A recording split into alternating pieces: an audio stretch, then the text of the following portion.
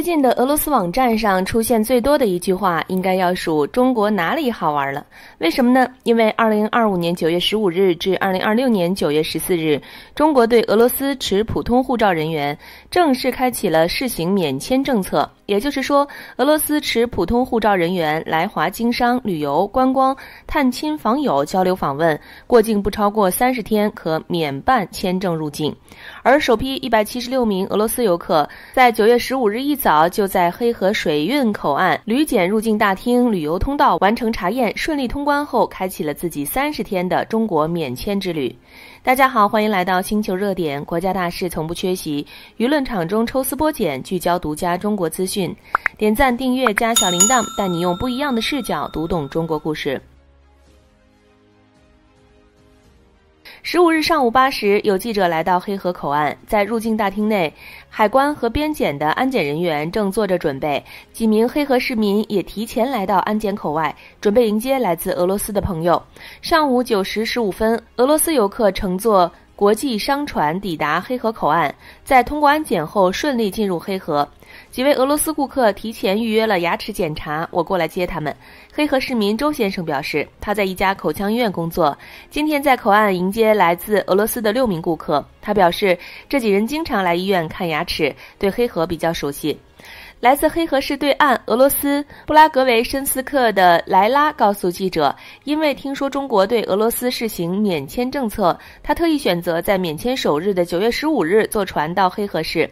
这也是她第一次来中国，她和男朋友计划去上海市游玩2周。对于中国的一切，她感到十分新奇，对于中国美食也非常期待。另一名来自俄罗斯远东萨哈林州的伊凡则表示，这次是他第2次到中国，上一次来他是跟团来旅游的，这次持护照免签来中国更方便了，真的是说走就走的旅行。虽然后续他还没计划好去哪里玩，但肚子已经准备好先在黑河品尝中国美食了。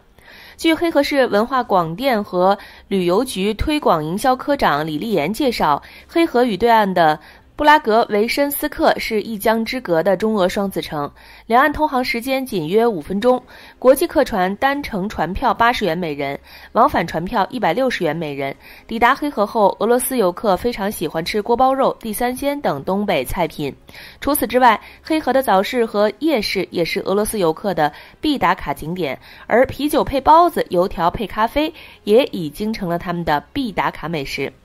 太阳还没出来，俄罗斯人就已经来了，这大概是每一位黑河早市商户对俄罗斯人的印象。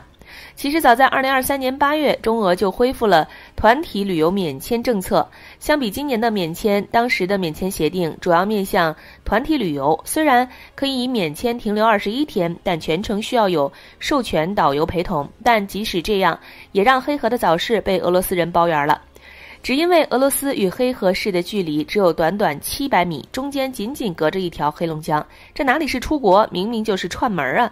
这也就导致了黑河的天才刚刚亮，就有一大群俄罗斯人迫不及待地坐船过来，挤入黑河的早市。就连俄罗斯的小孩早上起床第一件事都不是去上学，而是先去黑河吃个早餐。估计俄罗斯小孩和家人的对话也变成了：妈，我要出国吃个早餐。好的，记得带2根油条回来。这几年，黑河的早餐铺子早就让俄罗斯人彻底攻陷了，大大小小的铺子前每天都会围满俄罗斯人。有一说一，1块钱一个的超级大饺子，5毛钱一个的大肉包子，5块钱一碗的羊肉汤，谁看了不迷糊？所以说，如今在黑河，你要是不会说2句俄语，你都不好意思出来摆摊儿。那夜市是什么场景呢？更夸张，在随便一家黑河的饭店门口，你都能看见中国小哥和俄罗斯小哥在划拳，东北大哥和俄罗斯大哥在拼酒。虽然谁也听不懂对方说的是什么，但还是聊得热火朝天，主打一个话都在酒里。可以说，现在的黑河正在通过中俄双语招牌加冒着香气与热气的美食，不仅点燃了疆界烟火气，也推动了中俄2国文化的交流与融合。黑河市古称爱辉，是黑龙江地级市，地处中国东北边陲，位于黑龙江西北部，与俄罗斯隔江相望，因黑龙江流经此地而得名，素有中俄双子城、北疆重镇、欧亚之窗、人口地理分界线、起始地等美誉。截至2023年，全市下辖陕北安、五大连池、嫩江、浚克、孙吴、爱辉3市2县1区。爱辉则是黑河市唯一市辖行政区，是黑河市的政治经济文化中心。也许很多人都会有疑问，黑河不是地级城市吗？为什么要说它是重镇呢？关于镇，大家最熟悉的应该是县以下的行政区划单位，如城镇、村镇，它是连接城市与农村之间的纽带。除此之外，它的另一个释义是军事上重要的地点，如边防重镇。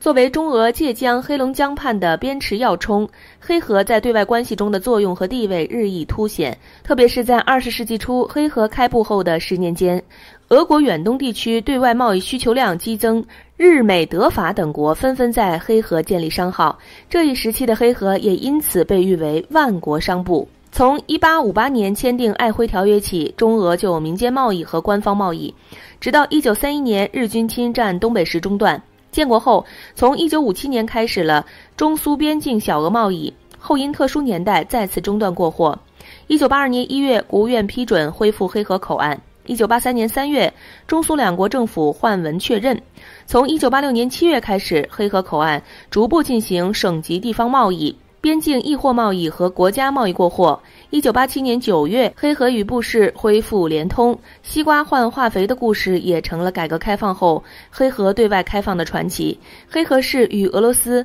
布拉格维申斯克市隔江相望，双方拥有黑龙江流域城市规模最大、城市规格最高、运输距离最近、通过能力最强的口岸。提起黑河，小编觉得很多人知道它，应该都源自于中学地理课本上的胡焕庸线。它是胡焕庸线北起点，又因历史书里的中俄爱辉条约让国人记忆犹深。1935年，34岁的地理学家胡焕庸提出了爱辉腾冲一线，即从黑龙江黑河至云南腾冲画一条直线，划分出中国人口密度的对比线。中国地图上的这条直线大致呈45度的折痕，这就是中国人口地理分界线。而关于爱辉的含义，历史上大概有3种释义：一是蒙语可谓的武士的意义，二是满语母雕之意，第3种解释为美誉。来到黑河，爱辉古城必然会成为人们热衷的打卡地。当你漫步在古城的每一处街巷，抚摸着斑驳的城墙遗迹，处处都是历史的痕迹，仿佛在诉说着往昔的金戈铁马与兴衰荣辱。这里是中国近代历史的重要见证地，而爱辉历史陈列馆就如同一部鲜活立体的史书，每一件珍贵文物，每一帧历史影像，都是那段波澜壮阔的历史最直观的呈现。值得一提的是，布拉格维申斯克隶属于俄罗斯阿穆尔州首府，其实它还有个中国名字叫海兰泡。在1858年之前，海兰泡属于中国黑龙江将军辖区境内，是清朝的领土。1858年，沙俄通过爱辉条约，将海兰泡划入俄国版图，并改名布拉格维申斯克，俄语意思为报喜城。沙俄侵占中国国土已经罪不可恕，更可恨的是，他们还对我们的百姓进行了血腥的屠杀。1900年，沙俄以护路为名，制造了骇人听闻的海兰泡惨案，对海兰泡的华人进行了大规模屠杀。与此同时，另一支沙俄军队也在江东64屯制造了惨不忍睹的江东64屯惨案，因为都发生在庚子年，因此统称为庚子俄难。历史虽已远去，但是这段国殇不能忘记。如今的黑河堪称连接欧亚的黄金支点，它是中国向北开放新高地的重要前沿。2022年6月10日，中俄两国间首座跨黑龙江界河大桥及中俄黑河至布拉格维申斯克公路桥正式开通，为中国东北地区和俄罗斯远东地区之间开辟出了一条新的国际运输通道，成为中俄跨境互联互通建设的重要标志。这也使得被称为中俄双子城的黑河市和布拉格维申斯克市真正连到了一起。